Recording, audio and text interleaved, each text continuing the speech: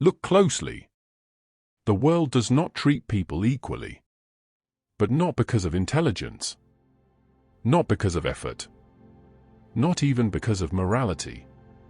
It judges you by how you look. The moment you appear poor, the moment your shoes are scuffed, your clothes are worn, your posture shows exhaustion, people make a decision about you.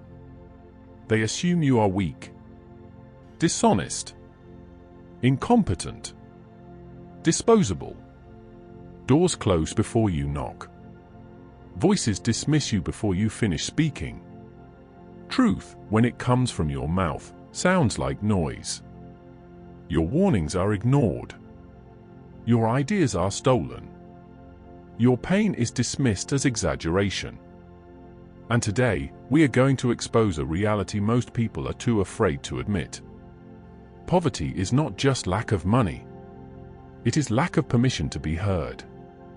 It is the invisible mark that tells society, this person does not matter. It is the original sin in a world that worships appearance.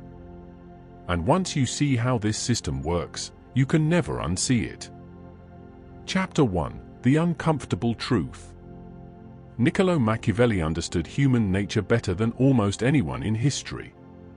He spent years studying power, how it's gained, how it's kept, how it's lost. And he wrote something brutal in The Prince.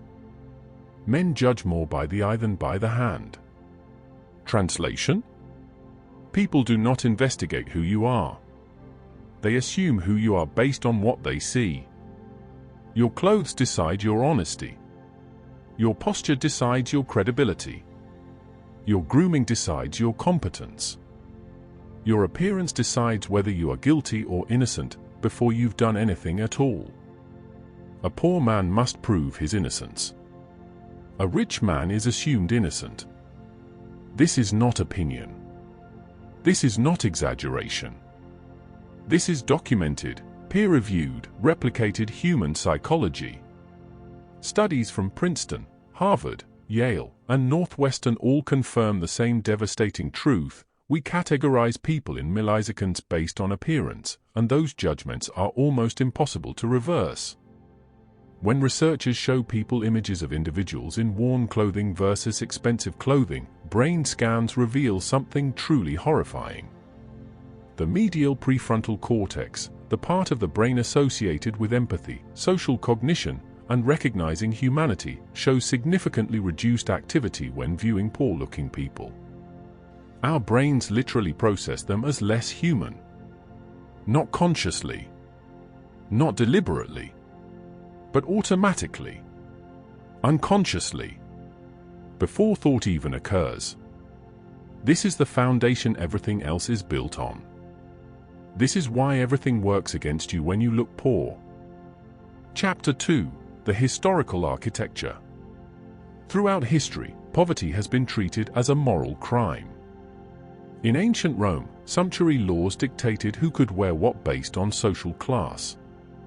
Purple dye, extracted from thousands of sea snails, worth more than gold, was reserved exclusively for emperors and senators. If a commoner was caught wearing purple, they weren't just fined. They were declaring themselves an enemy of the social order. Why? Because if the poor could look like the powerful, they might start demanding what the powerful have. Medieval Europe perfected this system.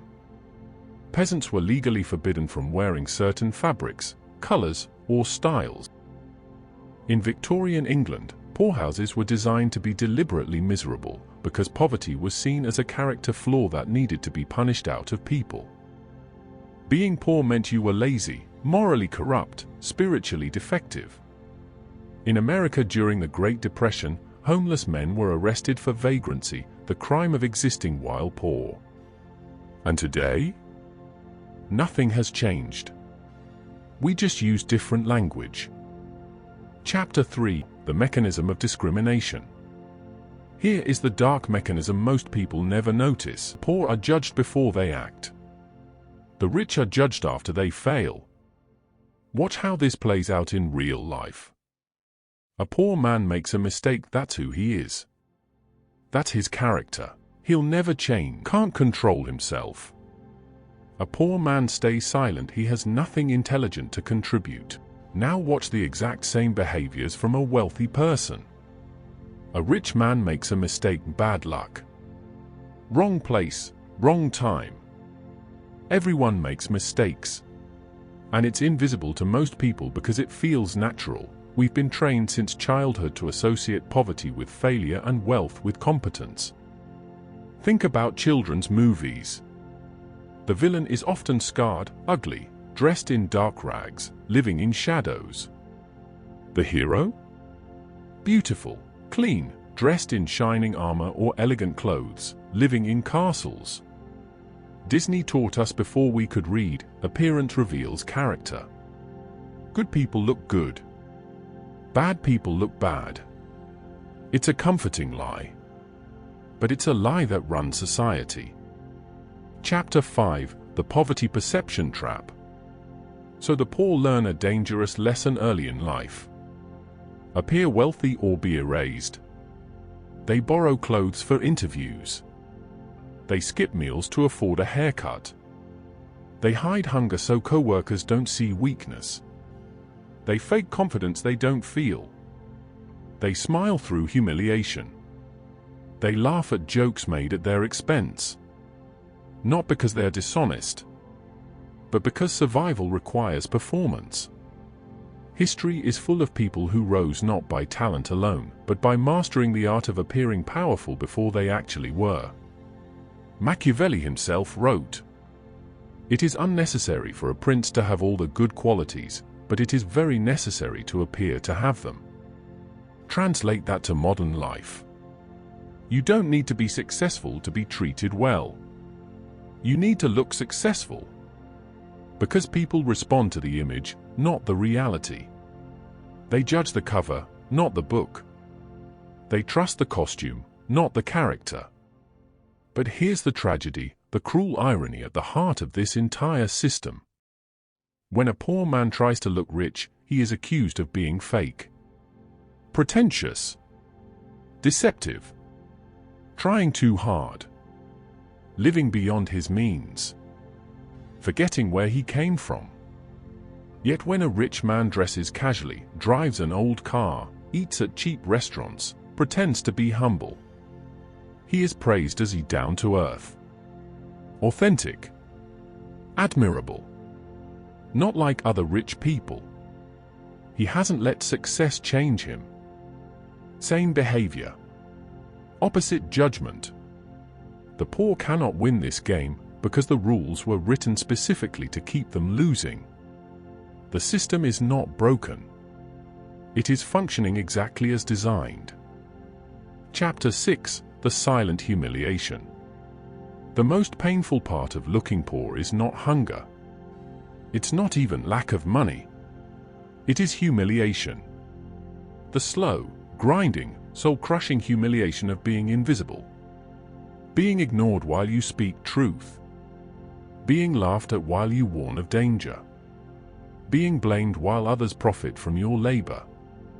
Being told you're not management material even though you run the entire operation. Being called aggressive for the same behavior that makes your colleague assertive. Let me paint you a picture.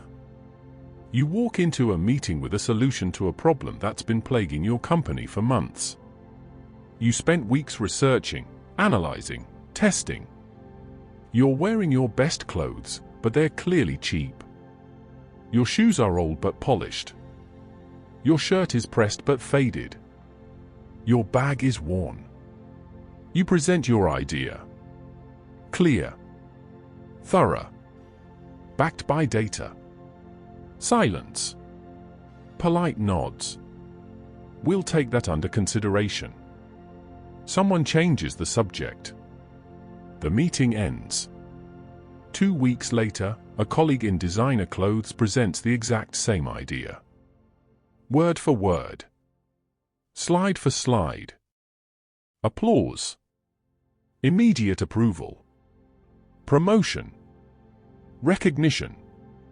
This is exactly the innovative thinking we need. What changed? Not the idea. Not the data. Not the potential impact. the packaging, the presenter, the appearance of authority. This happens every single day, in every industry, in every country, in every organization.